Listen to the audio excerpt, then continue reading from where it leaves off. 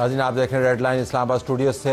Retired chief justice काजी फायज़ ईसा एक distinction हासिल करने के लिए लंदन गए। डिस्टिंक्शन उनको मिल गई, पहले पाकिस्तानी हैं जिनको ये डिस्टिंक्शन मिली है। उसकी तफसीलात हम दौरान प्रोग्राम आपसे शेयर कर लेंगे, लेकिन बड़ा मामला डिस्टिंक्शन का नहीं है। बड़ा मामला ये है कि रस्ते में उनको गौल पड़ गए। हर तरफ से उनकी गाड़ी के ऊपर जहाँ पर गए उसके ऊपर आपाधापी की, थप्पड़ रसीद किए। फिर उसके बाद जो लोग उस फंक्शन में शिरकत करने के लिए जा रहे थे उनके सामने खड़े होकर गालम गलोच की और फिर खुशी से ऐसे उछले कि जैसे न जाने कश्मीर फ़तह कर लिया है। ये पाकिस्तान तहरीक इंसाफ का मामला था जो उन्होंने चीफ जस्टिस रिटायर्ड काजी फायज़ ईसा के साथ हिसाब चुकाने के लिए किया। आज के प्रोग्राम में हम इसको मौजूद गुफ्तगू बनाएंगे। एहतजाज अपनी जगह पर, लेकिन जब गलाजत और उसके साथ साथ इस किस्म की तज़लीली सियासत को आप इस लेवल पर ले जाएं कि आप लोगों की ख़वातीन के हवाले और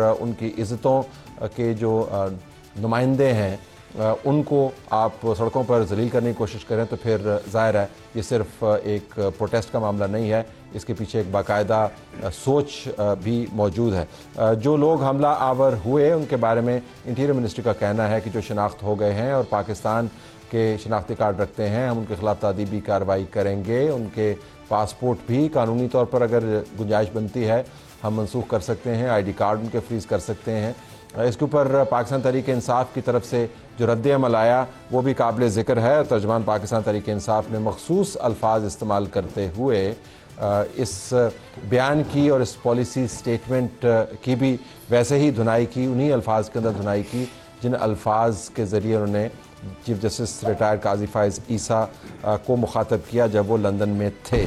हम मेहमानों का तारुफ करवाने से पहले आपको बताएं कि अज़हर जावेद हमें ज्वाइन कर रहे हैं, ब्यूरो चीफ समा TV UK एंड यूरोप। उनसे हम बात करते हैं और फिर मेहमानों का तारुफ करवाते हैं। हमारे पास 4 जय्यद सहाफ़ी तज़िया निगार मौजूद हैं जो PTI के नुमाइंदगान से भी इंगेज करते हैं, हमारी तरह प्रोटेस्ट से भी वाकिफ़ हैं, उसकी तहज़ीब से भी वाकिफ़ हैं और सियासत के ट्रेंड्स को भी बहुत देर से देख रहे हैं। लेकिन पहले अज़हर जावेद। अज़हर अस्सलाम वालेकुम। जी वालेकुम सलाम। अज़हर ये बताइएगा कि ये वाक़यात तो हमने देख लिए, आपने इसके ऊपर रिपोर्टिंग भी खूब की, अब इसके बाद रद्द अमल सामने आया है। मैं ये जानना चाहूँगा कि कितना मुश्किल था पाकिस्तान के हाई कमीशन के लिए कि एक VIP not in terms of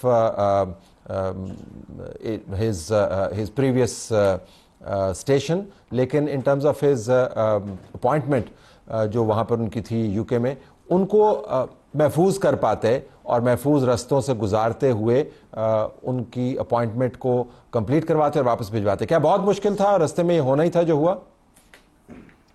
नहीं तला साहब, इसको अवॉइड किया जा सकता था और बड़ी आसानी से अवॉइड किया जा सकता था अगर इसके लिए कोई ख़ास तैयारी की जाती।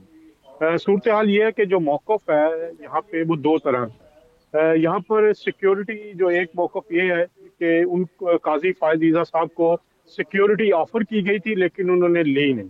यहाँ पर जब आपको पता है मियां मोहम्मद नवाज शरीफ साहब यहाँ पे 3 साढ़े 3 साल रहे तो वो उनके साथ सिक्योरिटी गार्ड चलते थे। बरतानिया में मुस्लिम लीग नून के सदर हसन डार साहब उनकी सिक्योरिटी कंपनी है और वो 6 गार्ड उनको देते उनके साथ रहे। और अभी भी जब आपने देखा 6 दिन ये सैटरडे को मियां नवाज शरीफ साहब जब लंदन आए तो वो सिक्योरिटी कंपनी ने ही उनको सिक्योरिटी दी और इसमें उनसे राब्ता किया गया प्राइम मिनिस्टर हाउस से कि जस्टिस काजी फायज़ ईसा को सिक्योरिटी देनी है तो आप सिक्योरिटी के लिए तैयार रहें। लेकिन जब दोबारा उनसे पूछा गया तो उन्होंने किसी किस्म का कोई जवाब नहीं दिया। उसके लिए इनकी कंपनी की तरफ से पूछा गया तो जो बाद में सोर्सेज ये कह रहे हैं कि काजी फायज़ ईसा ने वो सिक्योरिटी लेने से इनकार किया। ये एक साइड का वर्जन है। दूसरी जो मेरी बात हुई अभी हाई कमीशन के जराये से भी, उन्होंने भी इसी तरह की बात की है कि हमने उन्हें कहा, लेकिन क्योंकि वो as a diplomatic passport holder के यहाँ पे आए हैं, इस इवेंट की जो तैयारी थी ये 1 हफ्ता पहले से जो मुस्लिम लीग जो तहरीक इंसाफ के लोग हैं इस प्रोटेस्ट की बाकायदा तैयारी कर रहे थे। तमाम सोशल मीडिया अकाउंट्स पे इस प्रोटेस्ट को तशहीर किया जा रहा था और इसके बारे में जो मुजाहरे के लिए जो अल्फाज इस्तेमाल हो रहे थे वो इस तरह के थे कि पुरतशद्दद भी कह सकते हैं उनको, इंसाइटिंग टू हेट्रेड भी कह सकते हैं। तो एक चीज पता थी कि ये मामलात होते हुए नजर आ रहे हैं।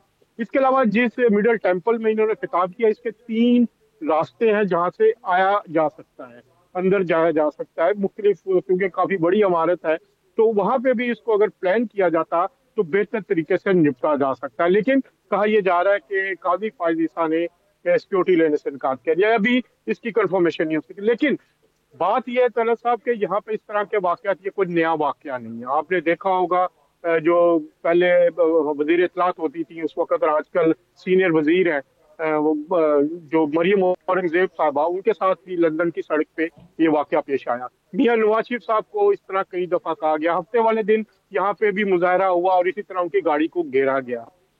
اس دفعہ صورتحال ذرا ڈفرنٹ تھی، میری سورسز سے بھی بات ہوئی، تحریک انصاف کے بھی لوگوں سے بھی۔